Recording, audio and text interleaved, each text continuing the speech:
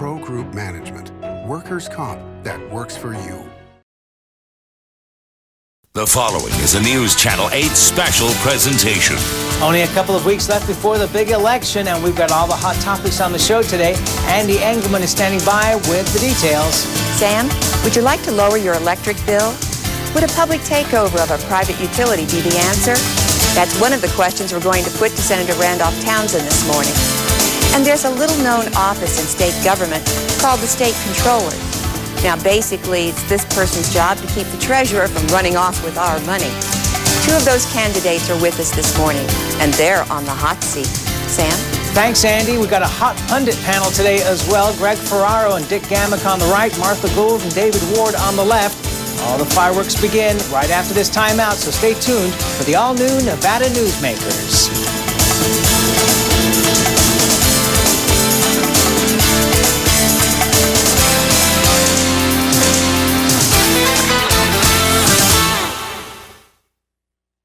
Coming up tomorrow morning on News Channel 8 Daybreak, Bertha Miranda is coming in to cook for us, and she'll also preview a scholarship dinner. And I will have a look at this week's weather and what the weekend is going to be like. Join us real early at 5:30 a.m. Hi, I'm Rick, manager at Cabinet Connection, your authorized kitchen craft dealer. Now you can customize your entertainment unit to complement your new kitchen cabinetry. That was the vision we had for our new home. And Cabinet Connection really met the challenge. New construction to home improvement. We have the products, pricing, and the professionalism to make your dreams come true.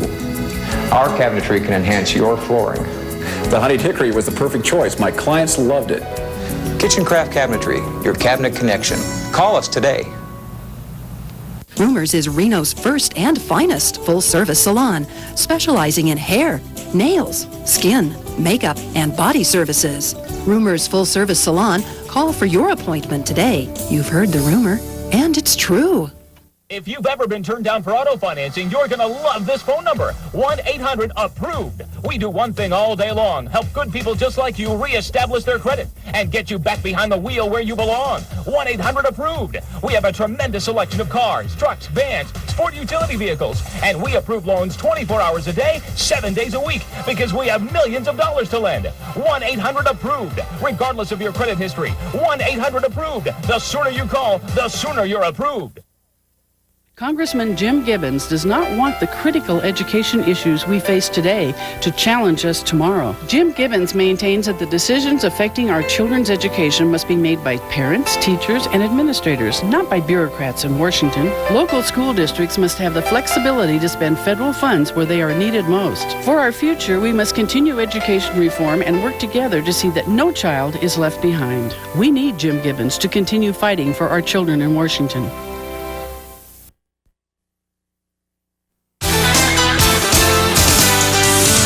This is Nevada Newsmakers with Sam Shad and political analyst Ande Engleman. Randolph Townsend has been in the legislature since 1982. One of his main concerns and areas of interest has been energy, but recently he also created a little firestorm with some investing ideas. We'll talk to him about those and many other subjects here at the desk. Good to have you here, Senator. Thanks. Good to be here. Let me begin off right at the beginning with this idea down in southern Nevada for the Southern Nevada Water Authority to take over Nevada Power. Yesterday we were told that if that happens, it lightens the burden on Sierra Pacific, thereby our electric rates would be lower. Now, you brought us the consumer advocate. You could tell us the truth about this. Well, first of all, it's a great idea that would help us here in the north. The big problem they face in Southern Nevada is the fact that analysis shows us that purchase, although lowering the rates down there about 20%, might ultimately cost the county and the school districts and all local government over $500 million over the next 10 years. So there's a small debate there. The problem for us in the north is maintaining viability of our utility, Sierra Pacific Power Company, and right now, because of the financial condition they're in due to the drop in their bond ratings as well as their stock, they're in serious trouble. What we're worried about is losing this company to a purchase by someone that would not be inside the state. So if there is a way to have an acquisition of the southern company that would put some financial stability underneath the north, we might be in substantially better position. Would it lower rates? I really don't think so, but I have complete confidence in Tim Hay in the Consumer Advocate's Office to analyze all of that and bring to us the right answer. I wouldn't hold out a lot of hope that rates would go down. I think they'll stabilize over the next 3 or 4 years. But long term, the West is still, over 4 to 5 years, is still going to be short generation. So we have to be very concerned and encourage power plants to be developed, and particularly our geothermal resource, our wind, and our solar. But we're seeing the exact opposite of that happening with the energy companies. They're all saying at this point that they don't want to build. Well, of course they don't. Number one, they're all in deep financial trouble, so it's a little hard to borrow money in order to build. But if we don't start now, it takes 3 to 4 years to get a power plant sited, permitted, and built. And if you wait until the trouble occurs, then you have those terrible spikes that we've seen over the last couple of years. With the Southern Nevada Water Authority expressing this interest in making the purchase and having apparently the financial wherewithal to do it, the power companies say, no, we just don't want to sell. Doesn't that open up the marketplace to other people coming in to say, we want to buy that southern portion as well? Well, the marketplace is going to respond appropriately. If someone out there sees that a $12 purchase price is too low and they can still make money by buying it at $13 or $14, someone will enter that market. We haven't seen that yet, but market stability right now is not something we enjoy. So we're really at the mercy of the marketplace. We have shareholder suits going on when they turn down the offer from Southern Nevada Water Authority. So do you feel that this makes Sierra Nevada, the whole resources company, vulnerable to a takeover by another company from outside the state? Without question. You're looking at a $5 stock right now, and if you broke that company up, it probably has a value closer to 20. And we're at real risk, and we're just hoping for the best with the marketplace responding. We're all interested to see what happens with the Water Authority purchase. If that goes forward, there's a good chance it bodes well for us in the north. But I don't want to overpromise that that's going to automatically lower rates.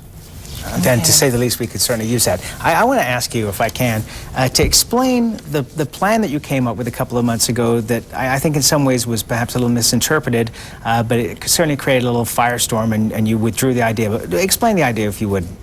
Right now, our current PERS system has about $13.5 billion in it. That's the public employee retirement system.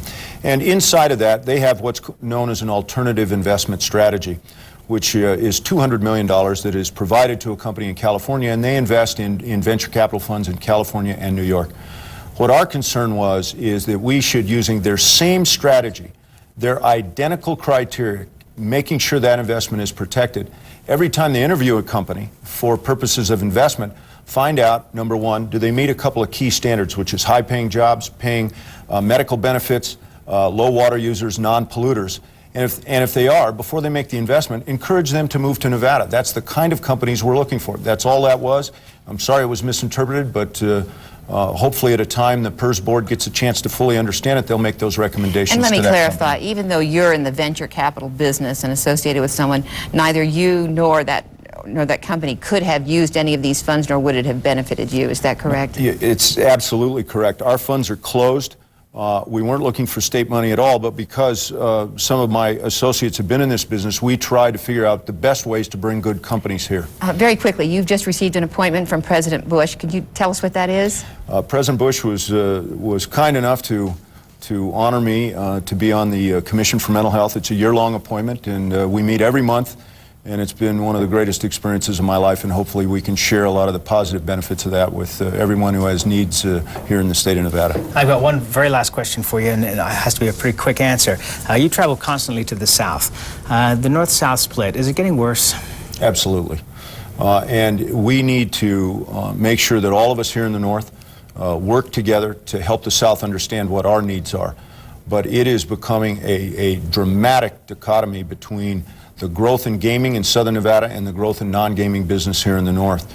And we need to remember we're all part of this state and understand their needs, but they have to help us. They've got all the votes. It's 7 out of 10 now in the legislature.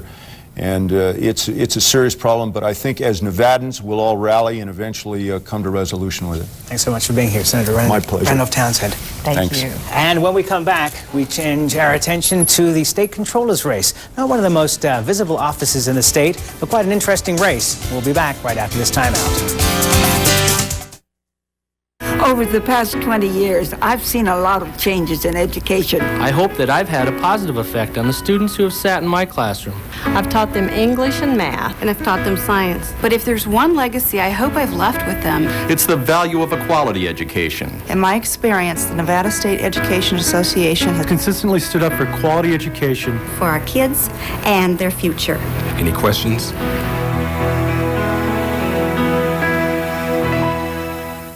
Now, the Transmission Exchange has two great locations. Since 1989, the Transmission Exchange has been the area's best choice for transmission repair and replacement, with over 250 rebuilt transmissions in stock. Your vehicle is important to you, and the Transmission Exchange has the experience and state-of-the-art diagnostics to ensure the job is done right the first time. Visit the Transmission Exchange at 905 South Rock Boulevard in Sparks, and now Transmission Exchange 2 at 355A Kitski Lane in Reno. Discover how rewarding a career helping others can be. I depend on Laura. Call Career College of Northern Nevada today to find out about career opportunities as a medical assistant. I love that my boss depends on me and that what I do is important. Career College of Northern Nevada offers career placement assistance, hands-on training, as well as financial aid for those who qualify. Call for information on the rewarding career opportunities in the medical field. 856-CCNN. That's 856-2266. So many people ask me what the key is to my career success. That's easy. I received career education. The hands-on training helped me to develop my skills while making medical examinations and treatments easy for the patient. As a medical assistant, I get to work with people, and I know I'm making a difference in their lives. There's no better job. Call Career College of Northern Nevada at 856-CCNN and receive career training to make a difference. 856-2266. 4 years ago, there was discussion as to whether there was actually going to still be a state controller's office. There still is, and 4 people are running for that race, including the incumbent, Kathy Augustine. She joins us, along with Libertarian Chuck Ebe. Let's join them over at the table here. We have questions for all. Andy? All right, that's a good question to start out with. Do we need a state controller's office? And Mr. Ebe, we'll start with you. I think that we do need a state's controller's office. I've been around with this with a couple of other media outlets, and I know that Krolicki thinks that we ought to consolidate the two. I'm not so sure that it's a good idea after having, actually I'm flip-flopping on the issue. I originally thought that it might be a good something to look at as far as operating efficiencies goes, but I think that we do need those controls in place and having a clear separation of duties in the financial and accounting systems. I think that's necessary. Ms. Augustine. Yes, I have to agree wholeheartedly. This is a checks and balance in this office. I hold the checkbook, the state treasurer holds the cash. He does the investments, I write all the checks for the state, which is about $30,000 a month, and we definitely need a separation of the functions. The one state that did away with the state treasurer's office, the state of Texas, kept the state comptroller's office, but they moved the financial investments into another area. They did not keep it into the office after the two merged. Sam, I wanted to introduce people. This is Chuck Ebe, the Libertarian candidate, Kathy Augustine, the Republican candidate, who is our present controller. And I want people to know that we did invite Lisa Black, the Independent American candidate. We had no response. And we invited John Lee, the Democrat, but Mr. Lee made it pretty clear last Friday that he prefers to stay in Southern Nevada. So, Mr. Lee has also certainly been outspoken in his comments. He was quoted referring to Kathy Augustine as an all-expenses-paid vacation junket queen. In regard to how much time you spent traveling while you've been in office. Most of the travel, I have to say, has been to and from Southern Nevada, which I thought was very interesting. He was quoted in the paper as saying that the state controller had taken 58 trips. It was the entire state controller's office in 4 years that had taken 58 trips, and that includes different training, etc. All the employees? All of the employees, 45 employees in the state controller's office, and there's only 52 weeks in a year, so it would have to be mighty busy. But there was also a letter that was written to you by Bill Raggio and Morris Arbery last year chastising you over the amount of travel that you were taking. No, that's not what the letter said. It was a letter that was a result of the audit that was done in the office, which was for the fiscal year ended June 30, 1999. It was for the first 6 months I was in the office, and it really covered the prior administration. And what had happened at that time, we did not have an office open in Southern Nevada, which we subsequently opened in November of 1999. So I was the only one that was traveling back and forth to Las Vegas to do the state controller's business in the South. And unfortunately, there wasn't good documentation on that travel, but now we do have an office open and operating there. In fact, we just went into larger office space up on the 4th floor of the Grant Sawyer State Office Building. So it is definitely become a moot point. As Mr. Lee didn't make it up here, I'm trying to represent at least his side of things to play devil's advocate here. He also was concerned with $143 million in outstanding debt not collected by your office. Yeah, I'm glad you brought that up too, Sam, because nobody has ever gone after the debt owed to the state of Nevada before I came into office. And in 1999 and in 2001, I went to the legislature and asked that the law be changed so that we could centralize debt collection in the state controller's office. It makes it much more efficient for debt collection. Nobody had ever bothered to even see what the accounts receivable were. So we went and asked the legislature to allow state agencies to report to us now on a quarterly basis how much is owed. And we found actually it was $158 million, but some of that debt was so old we had to go to the Board of Examiners to have about $20 million written off. We were able to go through an RFP process in the Board of Examiners, chaired by the governor, to get the debt collection program and processes approved that I was advocating, and we hired 2 debt collection agencies last year. Starting in December, we sent out debt collection letters to 6,000 people who had given the DMV bad checks. We started a warrant offset program with the Department of Taxation, and to date we have now collected over $1 million. We're collecting at a rate of $100,000 per month. Mr. Eby, you're an accountant. Let me ask you this. I know the IRS announced this morning that they may go to private collection agencies for collecting their debt. Correct. What do you think needs to be improved in the Comptroller's office? I disagree with I disagree with contracting out to agencies. I think that we could capture more money if we were to contract out with individuals, give them offices at the state buildings, and the amount of money that they collect, the amount of money that they collect is how they base their compensation on. Typical collection agencies charge you about 45 cents on every dollar that's collected. So for every dollar that they collect on your behalf, they keep 45 cents of it. If you were to go with private individuals that you contracted out with, you could lower that to 20%. We're out of time, you guys. Yeah, we're not paying anywhere near that at the state. Okay, Chuck Eby. Augustine, thank you so much for being here. Thank you. Thank you. And we're going to take a break. When we come back, we'll be back with our pundits. And as usual, it'll be fiery. Come back right. Tonight, the case that shakes the 15th precinct to its core. Take him in. So personal. Oh, this guy is unbelievable. It may change these cops forever. A new Blue, ABC tonight, 10/9 Central. Viewer discretion advised. Electronics is now part of virtually every industry, and with an education from CCNN, you could have a career in the electronics field. My best friend Steve went to a 4-year school for his training. Now I'm working in the kind of job he always talks about, and he's still got 2 years of school left. 2 years? Heck, by that time, he'll probably be running the facility. And me, I'll still be toting books to and from class and borrowing money from Dave. Career College of Northern Nevada can give you the hands-on training you'll need to launch an exciting, rewarding career in the computer and electronics industry. Dave was always good at fixing things. Now he gets to work at a TV station. Once I even saw his name at the end of one of the shows. He's pretty cool. I've always dreamed of working at a TV or radio station, right in the middle of all the action. And now, with the right training, I get to live it every day. Hi, I'm Lori, and our admission staff is standing by ready to take your call and discuss your future. Financial aid is available for those who qualify, and we offer job placement assistance. So don't wait. Pick up your phone and call right now. Your future could be just a phone call away. You've always had a style, never wanted ordinary. You'd go the extra mile just to have extraordinary. And you always knew what was right for you. Now you're ready to bring it home. And it's fine furniture.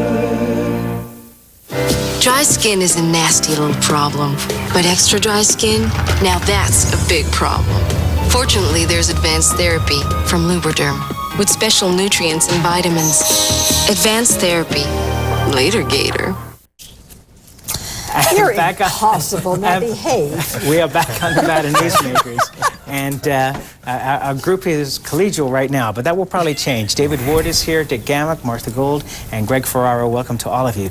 David, interesting talking to Senator Townsend about his frequent trips down to the South and whether they care about the North at all and what the problems are.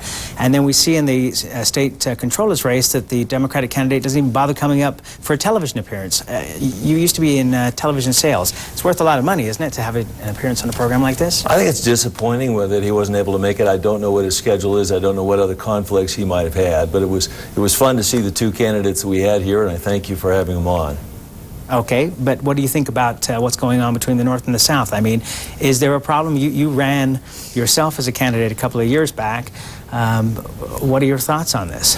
Well, you know, I think the state is actually getting smaller all the time. Clearly, the power base, all the votes are in the South. And I think it's important for Nevada legislators from northern Nevada to really make their own mark and to earn the respect of the Southerners. Otherwise, we'll lose all power in the North altogether. Sam, I tried to make this point yesterday.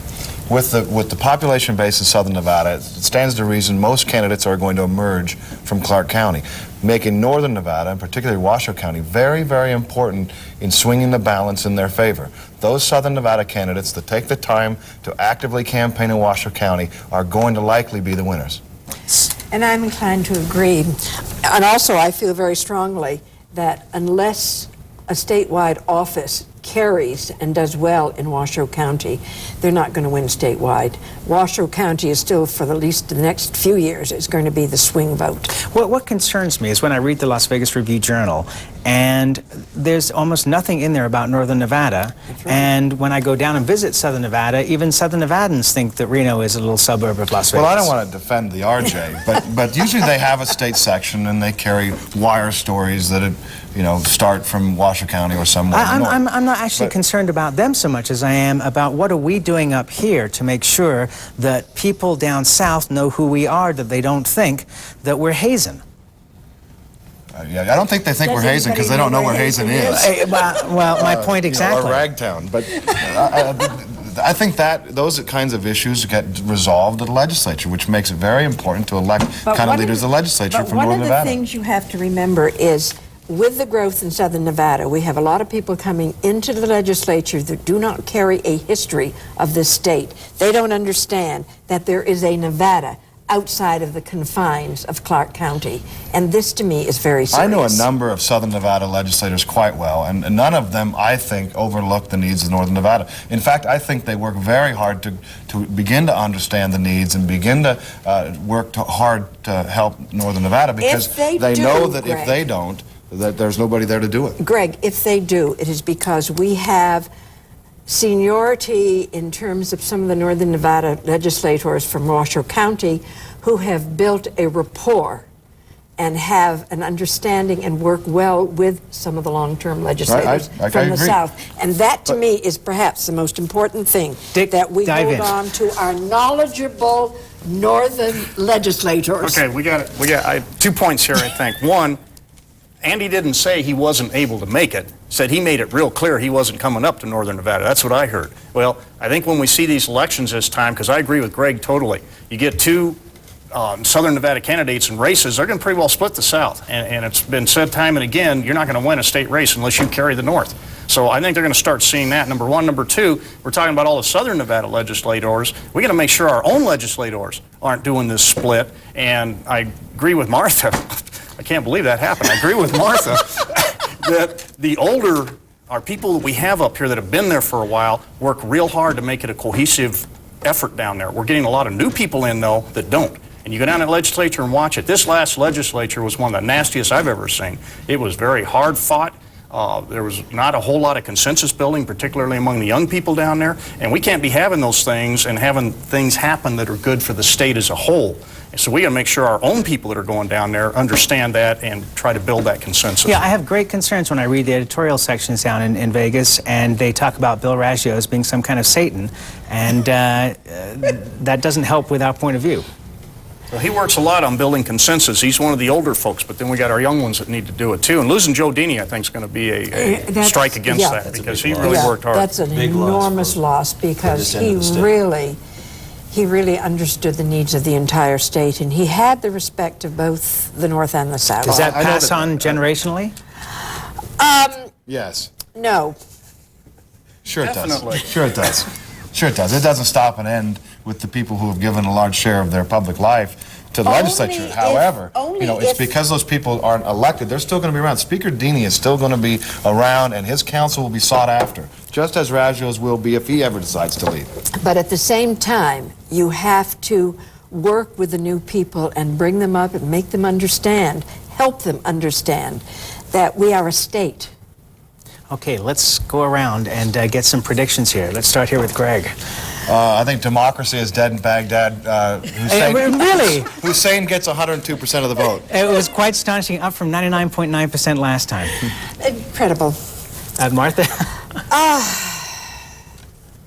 Nevada will survive. I'm not sure how well, but we will survive. Dick? I'm going to predict that Sheriff Dennis Balaam will retain his seat, and he will continue to be the sheriff of this county. Oh, I agree. I agree. Sam, I'm going to go on a limb and give you 3 for the price of 1.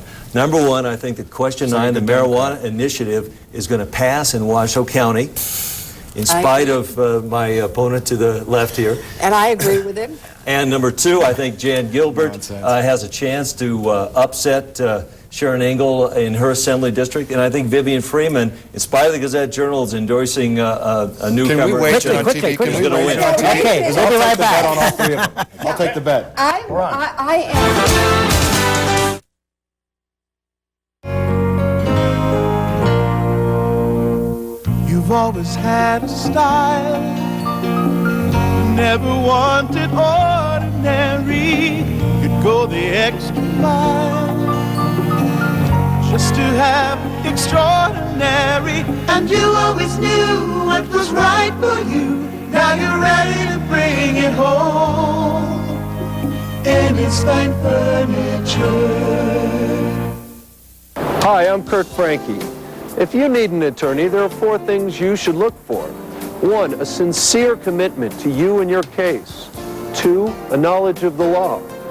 3, the confidence and work ethic it takes to try a case. And if you find those 3 things in one attorney, then the 4th thing you need is his phone number.